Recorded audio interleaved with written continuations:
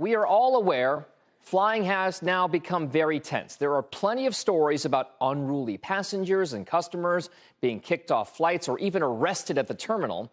And one key cause of the growing frustration, the frequent delays caused by industry-wide issues. So now, the White House wants to require airlines to compensate travelers for outright cancellations and delays. Phil LeBeau joins us now with the details. And I got to admit, Phil, as a flying customer, I'm very happy about this. But how much can the airlines actually control?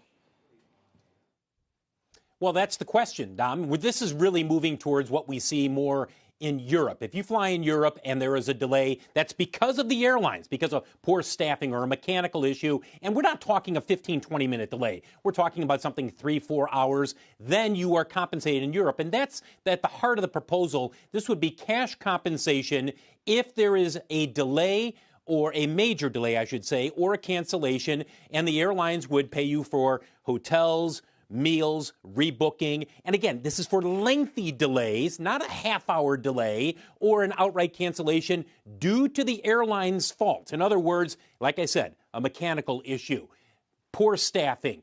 Not because a storm goes through. A storm goes through and your flight gets canceled, you don't get compensated.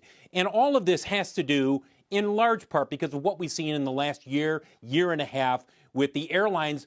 As we saw them add flights, they couldn't always keep up with what happened in terms of cancellations. And the meltdown at Southwest is example number one, where they could not get the schedule in place to accommodate people. And remember, they had 16,000 flights that were canceled in that last week of last year.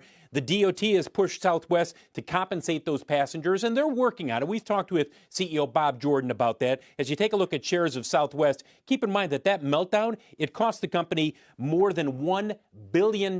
So the airlines realize it's not good business to have cancellations. Now, will this change things dramatically? I'm not sure it will, because the airlines have already said, and Bob Jordan told us this, look, we're adding more slack into the system. We're not going to be as aggressive when it comes to scheduling as we were last year. And when you have the possibility of having to compensate passengers, that will change things as well. So we are waiting to see the final details about this proposal, but we're really moving more towards a European-style system where if there is a cancellation because the airline is at fault, you would receive cash compensation, or at least the offer of cash compensation.